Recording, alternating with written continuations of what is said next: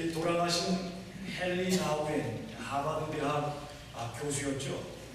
그분은 어느 날 하나님의 섭리 가운데서 내가 이렇게 살 수가 없다 하는 마음으로 카나다의 토론토에 있는 장애인 공동체에 들어가서 그들과 함께 지냈습니다.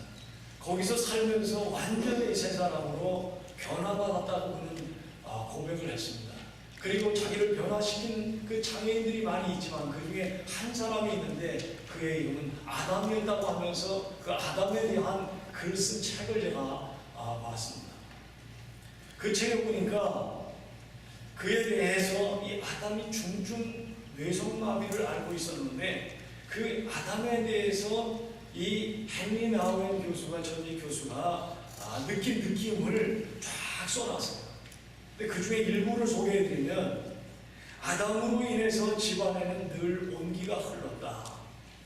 아담 때문에 조용한 리듬이 흐르고 있었고 아담 때문에 고요한 시간들이 있었고 아담 때문에 사랑과 친절, 부드러움이 집안을 꽉 채웠다. 아담 때문에 웃음과 눈물이 있었고 아담 때문에 용서와 치료의 공간이 마련되었다. 진실로 아담 때문에 우리들 가운데 평화가 있었다. 저는 이 글을 읽으면서 헨리 나우엔이라고 하는 하버드 대학 전직 교수는 무엇보다도 긍휼의 사람이었구나, 마음속에 긍휼이 많은 사람이었구나 하는 것을 느낄 수가 있었습니다. 긍휼을 사모했기 때문에 중증 장애를 앓고 있는 아담으로부터 예수님의 모습을 발견한 거예요. 그에게서 사랑과 친절과 부드러움, 웃음과 눈물, 용서와 치유를 얻었다고 고백한 거 아니겠어요? 그 아담을 한낱 환자로만 봤다고 한다면 그가 어떻게 용서와 치료를 경험할 수가 있었겠습니까? 그러나 그 환자를 통해서 그 환자를 사랑하시는 하나님의 긍휼을 받기 때문에 그 긍휼을 느끼면서 더 사랑하게 되고 더 하나님의 긍휼을 사모하다 보니까 거기서 예수님을 만나게 되고 거기서 완전히 자기는 새 사람으로 변화를 받았고 나를 새 사람으로 변화시킨 사람은 다른 사람이 아니라 이 아담이었다고 그렇게 말을 하는 것을 보면서 참 마음에 감동이 됐습니다.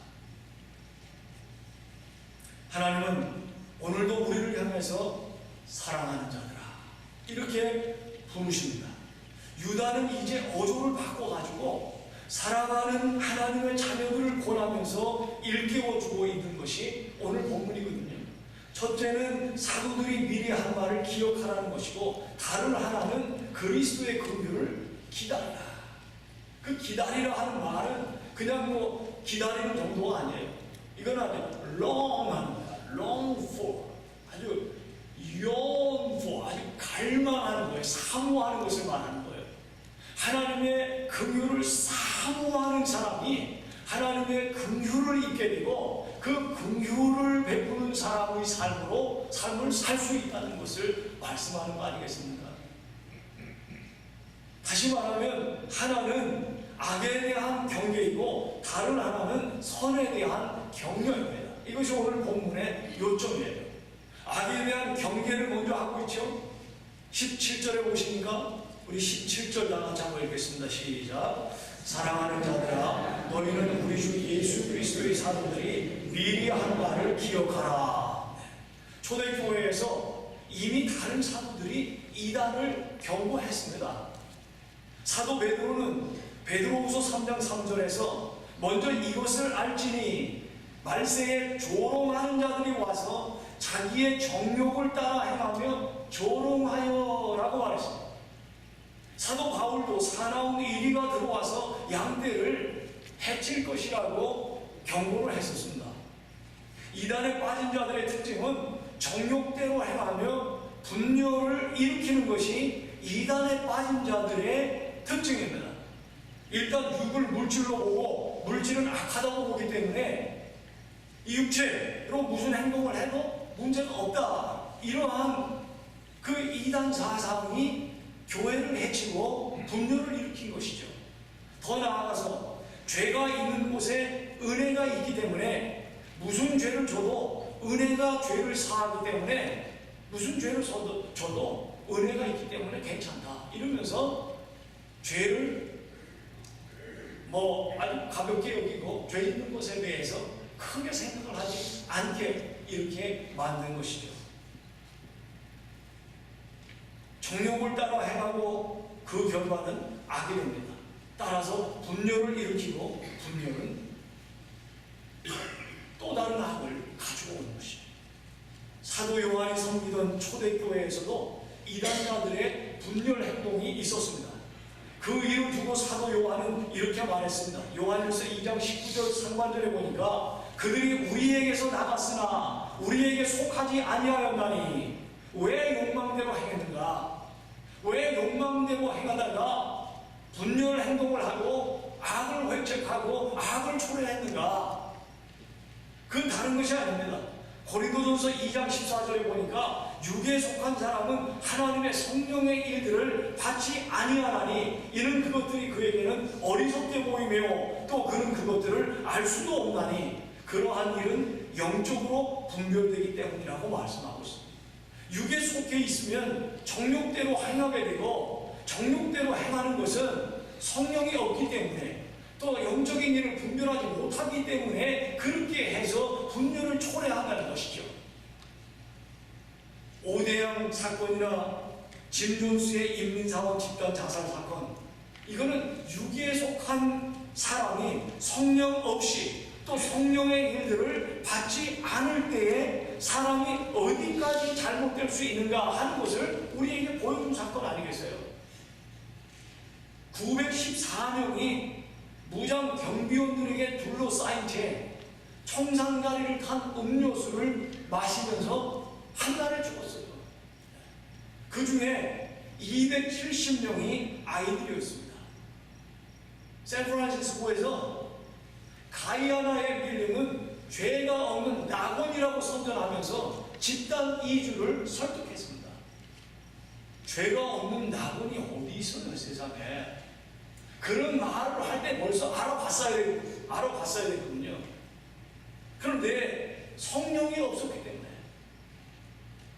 그들은 정욕대로 행하고 마음대로 욕망대로 행하면서 성령의 일을 분별할 수 없었기 때문에 이 말도 안 되는 말을 들으면서 집단 이주에 사인을 하게 되고 이 약 1000명 가까운 사람들이 가이아나로 집단 이주를 하고 이제 거기까지 미국의 ABC라든가 이런 방송국에서 취재를 나가는 거예요. 계속 이상한 일들을 했기 때문에 그 사람들을 다 쏴 죽이지 않았습니까?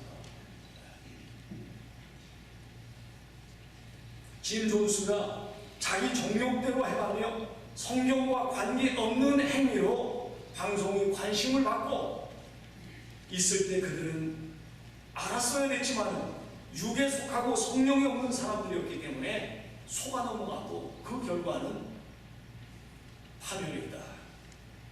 하나님은 오늘 우리에게도 사랑하는 자들아 라고 하시면서 정욕대로 행하여 분열을 일으키거나 육에 속해 성령이 없는 자들의 행동을 조심하라고 우리에게 가르치는 것입니다. 두 번째, 선을 따르라. 선을 따르라.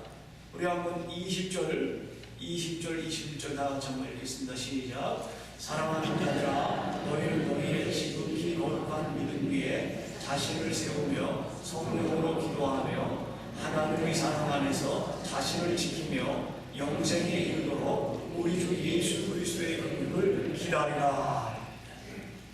우선 여기서 우리 이 두 구조를 우리 좀 봐야 돼요.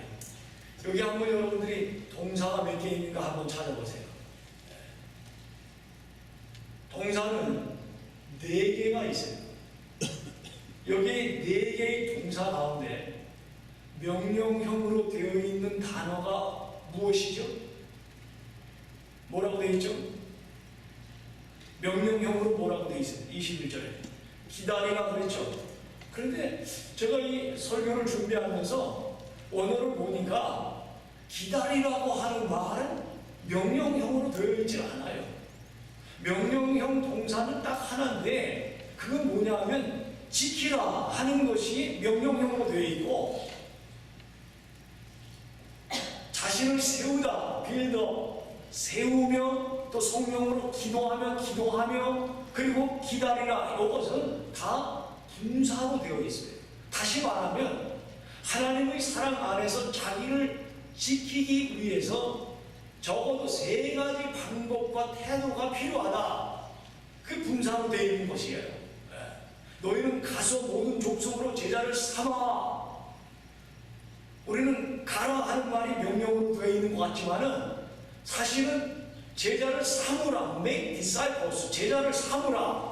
아버지와 아들과 성령의 이름으로 세례를 주고 내가 분부한 모든 것을 가르쳐 지키게 하라. 그러니까 세례를 주고 가르쳐 지키게 하고 가고, 요거는 다 분사로 되어 있어요. 진짜는 제자 삼는 거예요. 마찬가지로 여기서도 하나님의 사랑 안에서 우리 자신을 지키기 위해서는 제일 먼저 믿음 위에 우리를 세워야 된다. 믿음 위에 세워야 돼요. 그런데 왜 지극히 거룩한 믿음이라고 했느냐? 이거는 자기 확신을 말하는 게 아니고 유다서를 시작하면서 성도에게 단번에 주신 믿음을 위하여 싸움을 싸우라고 그랬잖아요. 믿음의 싸움을 싸우라고 그랬죠. 그때에 성도에게 단번에 주신 하나님이 주신 그 믿음을 말하는 거예요. 그 믿음은 지극히 거룩한 것이라는 거예요. 이 지극히 거룩한 믿음 위에서 우리 인생을 건축해야 된다. 믿음이 마음을 바꾸고요. 믿음이 인생도 바꾸는 거예요. 그렇지 않으면 하나님의 사랑 안에서 나 자신을 지킬 수가 없기 때문에 지극히 거룩한 믿음 위에서 자기를 건축하라고 세우라고 말하는 것이죠. 두 번째로는 성령으로 기도하고, 성령으로 기도하라. 자기 확신이 아니기 때문에 성도에게 단번에 주신 믿음이 거룩한 것이고 그 위에 인생을 세워야 하는 것이고, 그리고 성령으로 기도하는 이것, 성령으로 기도를 해야 우리가 믿음을 지킬 수가 있어요. 그냥 미신적 소원을, 자기의 어떤 소원을 가지고 미신적으로만 기도하다 보면요, 아이고 기도해도 소용이 없구만, 이래가지고 낙심하게 돼가지고 언제 기도한 사람이었느냐, 이런 정도로 잘못되기 쉬워요. 그렇기 때문에 성령으로 기도해야 된다. 성령 안에서 기도해야 된다. 성령의 능력으로 기도를 해야만 하나님의 사랑 안에서 나 자신을 지킬 수 있다고 말씀하고 있는 것입니다. 보스턴에 사는 한 교포 여성도님이 자기 교회에서 하는 기도 모임에 가가지고 은혜를 받고 그 여러 사람 앞에서 고백을 했어요. 그 고백은 다른 게 아닙니다. 저는 저의 십자가를 저의 남편으로 생각했습니다. 그런데 최근 모든 문제는 저에게 있는 것을 발견했습니다. 여러분, 이런 것을 혼자 깨닫는 것도 참 어렵지만 그 깨닫는 것을 여러 사람 앞에서 공개적으로 얘기하는 것은요, 보통 용기가 아니면 못합니다. 이분은 성령으로 기도하는 가운데 항상 당신이 문제야, 우리 집안은 당신 때문에 이래, 이렇게 손가락질을 하면서 살았는데 알고 보니까 사실은 내가 믿는다고 하면서 제대로 믿음 생활을 하지 않고 제대로 섬기지 아니하고 겸손하지 못한 내 자신이 문제였다고 하는 것을 공개적으로 고백을 한 거예요. 이게 성령으로 기도할 때 일어나는 일이에요. 다시 말하면 성령으로 기도하게 되면은 내가 불쌍히 여김을 받아야 할 사람이다. 성령으로 기도하다 보면요, 내가 죄인이다 하는 것이 깨달아지는 거예요. 성령으로 기도하지 아니하면 문제가 내 안에 있는 것을 알지 못하고 다른 데서 문제를 찾는 거예요. 이렇게 하다 보면 손가락 3개는 자기를 가리키고 있다고 하는 사실을 우리가 알아야 되거든요. 그런데 그거를 알지 못하고 손가락질만 하고 살게 됩니다. 그런데 성령으로 기도하게 되면 하나님께서 우리 자신의 연약함을 보여주세요. 저도 기도하다 보면 왜 그렇게 허물이 많은지, 왜 그렇게 부족한지 하나님 하나님이 은혜를 주시지 않으시면 할 수가 없습니다. 하나님 도와주세요. 그러면서 여기까지 오는 거예요. 여러분 어떻습니까? 여러분들도 그런 체험이 있지 않아요? 기도하다 보면 성령께서 도와주셔서 문제가 다른 데 있는 줄로 알았는데 나 자신에게 있다고 하는 것을 깨닫고 하나님 앞에 가슴을 치기도 하고 물어보기도 하지 않았습니까? 보스턴에 사는 이 교인은 그런 걸 체험을 한 거예요. 그러다 보니까 그 마음속에 비로소 하나님이 주시는 위로가 임하게 되고 하나님의 위로를 받게 되니까 사람이 부드러워지게 되니까 남편에게 대하는 태도가 조금 달라지게 되고 남편이 항상 긴장하고 무장하고 있다가 부드럽게 대하는 아내를 보면서 뭔 일이 있었나? 알고 보니까 하나님의 은혜를 받았어요. 알고 보니까 진짜 기도했기 때문에 그렇다는 것을 알고 아내에게 화를 낼 것도 화를 내지 않고 남편 역시도 나 자신이 문제였구나. 내가 아내를 속속였구나. 이런 생각을 깨달음을 갖게 되는 거죠.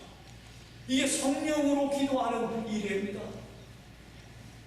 성령으로 기도해야 한다는 말이 하나님의 사랑 안에서 자기를 지키기 위해서는 그렇게 해야 된다. 그렇지 않으면 자존심은 펄펄 살아오르고 하나님의 사랑 안에 있는 자기는 지키지 못합니다. 성령으로 기도할 때 비로소 그렇게 됩니다. 성령으로 기도하여 자기를 지키는 많은 사람들이 있습니다. 그들 중에 저는 야곱을 빼놓을 수가 없습니다. 야곱은 형 에서와 아버지 이삭에게 잘못을 저질렀다가 20년 이상을 도망자로 살지 않았습니까? 돌아오던 길에 야복강을 만나서 식구들을 다 먼저 보냈죠. 자신만큼은 차마 건널 수가 없어요. 왜? 잘못한 게 있기 때문에. 더군다나 형 에서가 400명을 거느리고 온다고 하는 소식을 전해 들었을 때 두려움에 떨었습니다. 아, 드디어 나는 복수를 당하는구나. 그는 야복강 나루에 홀로 남아서 이 문제를 놓고 하나님과 씨름을 했습니다. 밤새워 씨름하는데 야곱의 기도는 육적인 기도에 머무르고 말았어요. 그래서 야곱에게 씨름을 건 그는 이렇게 말했습니다. 자기가 야곱을 이기지 못함을 보고 그가 야곱의 허벅지 관절을 치매 그랬습니다. 아이 소용없구나. 그러면서 야곱의 이 서킷 부분이라고 여기 그냥 쳤습니다. 그래가지고 그때부터 야곱이 다리를 절게 된 거예요. 그런데 그 순간에 야곱이 정신이 번쩍 난 거예요. 그가 육적인 기도를 하고 있었지만 하나님께서는 그의 육적인 기도 속에서도 그가 하나님 만나기를 원하는 그 마음이 있는 것을 알았기 때문에 또 과거에 주셨던 하나님의 그 언약이 있는 것을 아셨기 때문에 포기하지 않으셨고 또 야곱도 나를 축복하기 전에는 놓지 않겠습니다 하면서 계속해서 씨름을 하다 보니까 그것이 영적인 기도로 변하게 되었는데 거기에 계기가 있었죠. 어떤 계기가 있었어요? 이 사람은 가려고 그러다가 계속해서 매달리는 것을 보고서 뭐라고 그러냐면요. 이것이 굉장히 중요한 거예요. 내 이름이 뭐냐? 지금 씨름하면서 기도하고 있는 사람에게 내가 너를 알렸다. 내 행위를 알렸다. 내 잘못을 알렸다. 이렇게 말하는 게 아니라 내 이름이 뭐냐? 여러분 생각해보세요. 여러분이 기도를 막 열심히 하고 있는데 갑자기 음성이 들려오기를 내 이름이 뭐야? 그렇다고 생각해보세요. 이거 굉장히 이해하기 어려운 질문입니다. 아니 도대체 기도하고 있는데 내 이름이 뭐냐? 보통은요, 하나님 제 이름을 모르세요? 저를 모르세요? 그러기 쉬워요. 그리고 무심코 지나가기 쉬워요. 그런데 야곱이요, 그렇게 나를 축복해 주기 전에는 내가 놓지 않겠습니다 하면서 씨름을 하면서 들은 그 질문에 대해서 순순히 뭐라 그랬어요? 제 이름은 야곱입니다 그랬어요. 무슨 말씀입니까? 그거는 저는 야곱입니다 이렇게 대답한 거는 저는 죄인입니다 이렇게 고백한 거나 마찬가지예요. 저 잘못했습니다 하나님. 저 아버지도 속인 놈이고요, 저 형도 속인 놈이에요, 저 삼촌도 속인 놈이에요. 내 인생은 속이는 인생이었어요. 저는 죄인입니다 이렇게 받아들이고 고백한 거나 마찬가지예요 그게. 그래서 곧 중심이 파악됐을 때에 하나님께서 바로 그 순간에 너를 다시는 야곱이라 하지 아니하리라, 너는 이스라엘이라 하리라, 너는 하나님과 우리 사람들과 싸워서 이겼음이라고 하면서 말씀한 거예요. 야곱이 하나님한테 어떻게 이길 수가 있어요? 하나님은 누구에게 지는 하나님이세요? 아니에요. 하나님을 이길 사람이 어디 있겠어요? 그런데 하나님이 노리고 계신 것이 있어요. 보고 계신 것이 있었어요. 그것을 만족시켰기 때문에 하나님께서 너는 이스라엘이라, 하나님과 우리 사람들과 싸워서 이겼음이라고 인정을 해주셨고, 그는 비록 다리를 절게 됐지만 어떻게 신앙생활 하다 보니까 내가 이렇게 됐는가 하면서 원망할 법도 한데 원망한 것이 아니라 도리어 마음이 변화가 됐으니까 형을 만나게 됐을 때에 형의 얼굴을 보니 하나님의 얼굴을 본 것 같습니다 하면서 허구를 하지 않았습니까?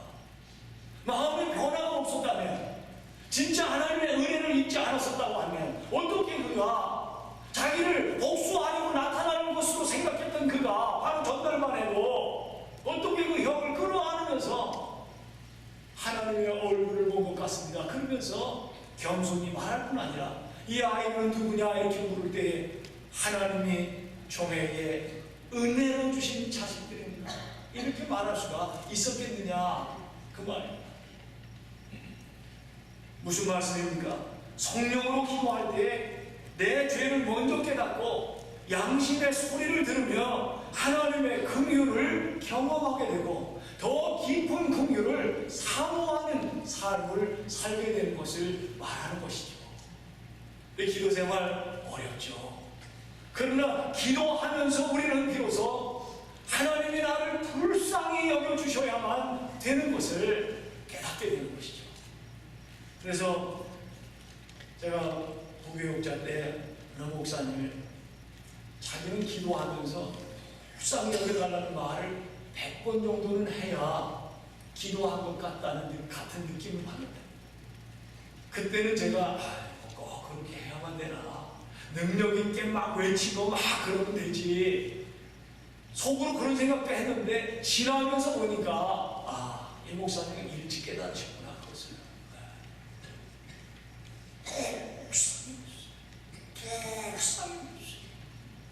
한 100번을 해야 된다는 게 자기 기도하면서. 우리 한번 해봅시다. 불쌍히 여겨주세요. 제가 어려움 있을 때 선배 목사님하고 상담도 하고 그래요. 한 번은 목사님이 그래요. 좀 얘기를 차근차근 다 좀 해주시면 제가 다 듣겠는데 그런 얘기를 안 하시고 하나님이 불쌍히 여겨주시면 돼요. 한마디 하신 거예요. 섭섭하기도 했지만 그 말이 사실 정답이에요. 하나님이 불쌍히 여겨주시면 된다.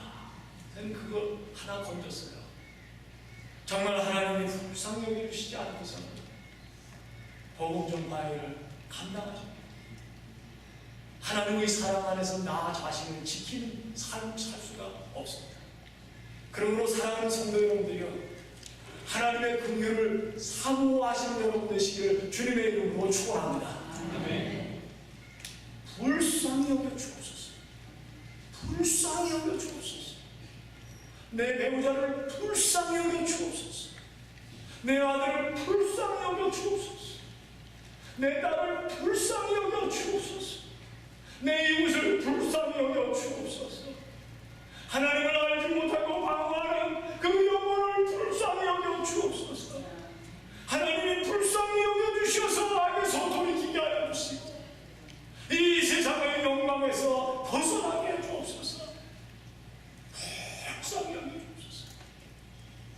하나님의 긍휼을 사모하면서 남은 인생을 믿음의 불꽃으로 사시는 저 여러분 되시길 주님의 이름으로 축원합니다.